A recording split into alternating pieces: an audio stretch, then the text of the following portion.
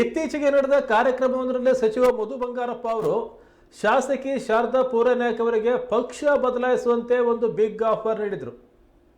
ಅದೊಂದು ರೀತಿ ತಮಾಷೆಗೆಳೆದಂಥ ಸಂಗತಿಯಾಗಿತ್ತು. ಆದರೆ ವ್ಯಾಪಕವಾಗಿ ಎಲ್ಲ ಕಡೆ ಚರ್ಚೆ ಆಗ್ತಾ ಇತ್ತು. ಈ ಬಗ್ಗೆ ಶಾರದಾ ಪೂರನಾಯಕ್ ಪ್ರತಿಕ್ರಿಯಿಸಿದ್ದಾರೆ. ಮಧು ಬಂಗಾರಪ್ಪ ಸುಮ್ಮನೆ ಹಾಗಂತ ಹೇಳಿದ್ದಾರೆ.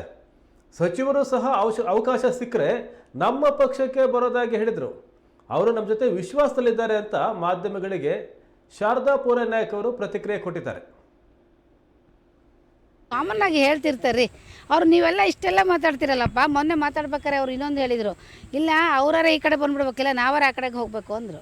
ಕೇಳಿಸ್ಕೊಂಡ್ರೆ ಸರಿಯಾಗಿ? ಆದ್ರೆ ಯಾರು ಹೇಳಲ್ವಲ್ಲ ನೀವು.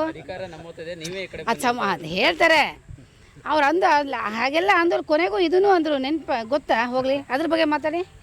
ಯಾಕೆ ಕಾಮೆಂಟ್ ಮಾಡಲ್ಲ ನೀವು ಅದ್ರ ಬಗ್ಗೆ?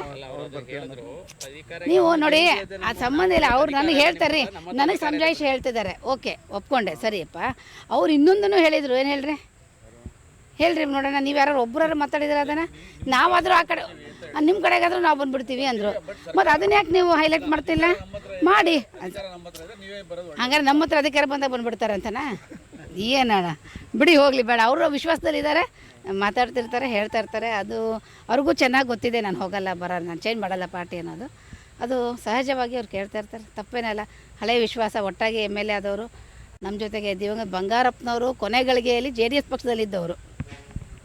ಕೊನೆಗಳಿಗೆಯಲ್ಲಿ ಎಲ್ಲಿ ಹೋದ್ರು ಅವರು? JDS ಪಕ್ಷಕ್ಕೆ ತಾನೇ. ಅದು ನಮ್ಮ ಸ್ವತ್ತು ಅಂದ್ಕೋತೀವಿ ನಾವು, ತೊಂದರೆ ಇಲ್ಲ. ಅವ್ರು ನಮ್ಗೆ ಹೇಳಿದ್ದು ಅವರೇ ಮುಂದಿನ ದಿನದಲ್ಲಿ ಬಹುಶಃ ಬರ್ತಾರೆ ನಾವು ಹೇಳಿದ ಮಾತಿಗೆ ಅಂತ ನಾನು ತಿಳ್ಕೊಂಡಿದ್ದೀನಿ.